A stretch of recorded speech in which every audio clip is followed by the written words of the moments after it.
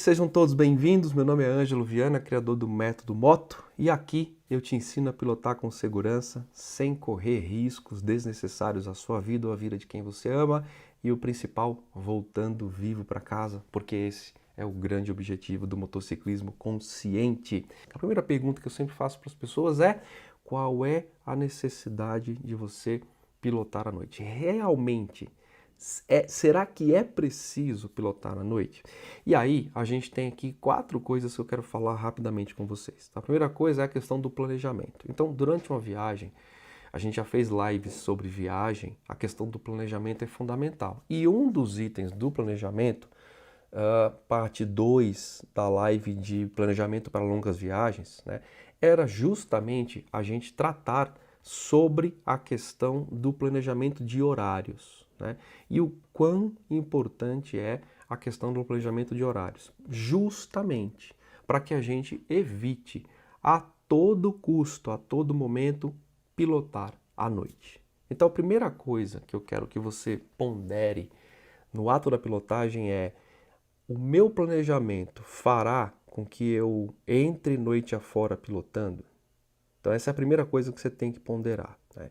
Se você fizer conta do seu planejamento de viagem ou de uso da moto e entender que haverá sim o acesso do período noturno durante a pilotagem, a gente vai ter que observar algumas coisas que eu vou falar durante a live.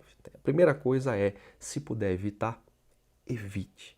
E aí a gente entra num segundo ponto: deslocamentos necessários. Então, se no meio da pilotagem, né, acontecer alguma coisa, você tiver que enfrentar a sua pilotagem no período noturno, deslocamento necessário, você vai fazer uso dos itens que eu vou falar. Motivos profissionais: você precisa trabalhar, se desloca com a moto ou você usa a moto para o trabalho.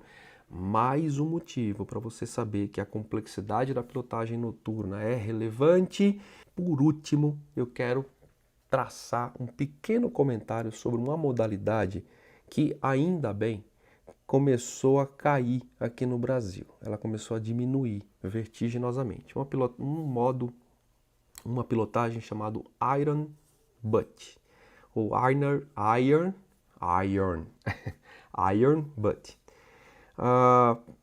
O Iron Butt é uma espécie de prova de resistência, onde o piloto começa a pilotar em torno ali das 6, 7 horas da tarde e vara à noite pilotando, vai até às 7 horas da manhã, no intuito de percorrer 1.000 quilômetros, 1.500 quilômetros, 2.000 quilômetros. Aí tem modalidades dentro do Iron Butt, tá?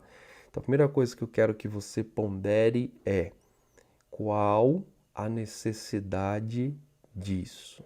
Então, se você já chegou a pensar em fazer alguma coisa assim, o Iron Butt, ou se você cogita, ou se você quer saber um pouco mais, tranquilo, eu respeito, mas saiba, o risco que você corre é absurdo.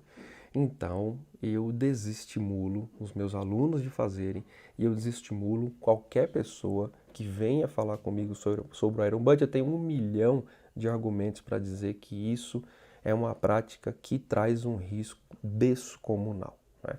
Então preste atenção. Eu estou passando por cima para não entrar muito nisso. Coloco você para dar uma pesquisada, mas é essa prática, prova de resistência de noites, madrugadas pilotando, algo que na minha cabeça não faz o menor sentido, nem do ponto de vista do desafio, nem do ponto de vista de uma espécie de atividade esportiva. Fator número 1, risco preponderante durante a pilotagem noturna, que é a questão da visibilidade. E aí, como sempre, eu trago coisas fora da caixa para vocês entenderem melhor dos pontos com mais profundidade. E a primeira parte, quando a gente fala em visibilidade, é a parte de fisiologia. Então, fisiologia, a parte que traduz todo o funcionamento do corpo humano. E é importante que a gente saiba disso, porque moto, como eu sempre digo para vocês, é física e fisiologia, tá bom? Em relação à fisiologia, deixa eu explicar algumas coisas para vocês. A gente tem um pequeno percentual de receptores de baixa luz nos olhos, tá?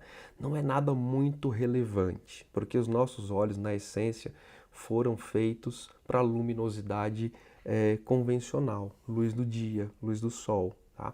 Então, para que a gente enxergue durante a noite, a gente tem um fundamento, um mecanismo de pequenos receptores de baixa luz que fazem com que haja a exposição à luminosidade e haja também a dilatação das pupilas durante a noite. Então vamos lá.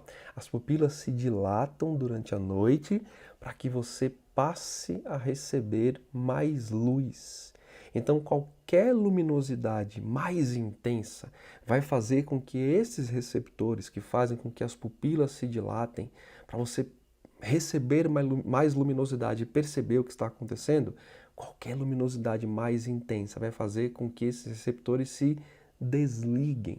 Esse é um efeito chamado efeito luz branca ofuscante ou blinding white light, tá?